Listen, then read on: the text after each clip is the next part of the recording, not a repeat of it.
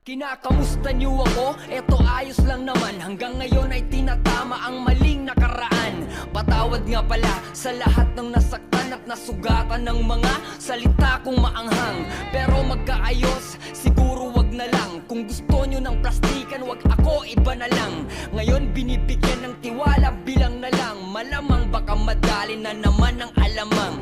Kaibigang tumalikod, tinuring na kapatid. Kinalimutang inalalayan ko siya sa pagtawid. Hindi mo dapat nagawin na sirain ng palihim ang taong nagturo sa'yo ng liwanag sa dilim. Kasama mo ng matagal, nagawa mong kagating. Ganun ang ahas pag gutom, kahit sino tutuklawin. At sa mga nagtsatsaga upang ako'y pabagsakin, bilib ako kahit papano, sinubukan nyo pa rin. Alam nila, tol, kumusta ka na dyan?